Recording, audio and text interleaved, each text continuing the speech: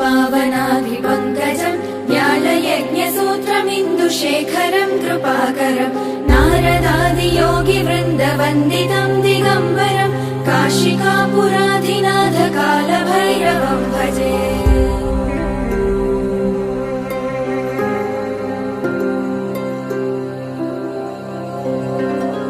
भानुकोटिभास्वरम् भवाब्दितारकम् परम् नीलकण्ठमीप्सितार्धदायकम् त्रिलोचनम् कालकालमम्बुजाक्षमक्षशूलमक्षरम् काशिकापुराधिनाथ कालभैरवम् भजे।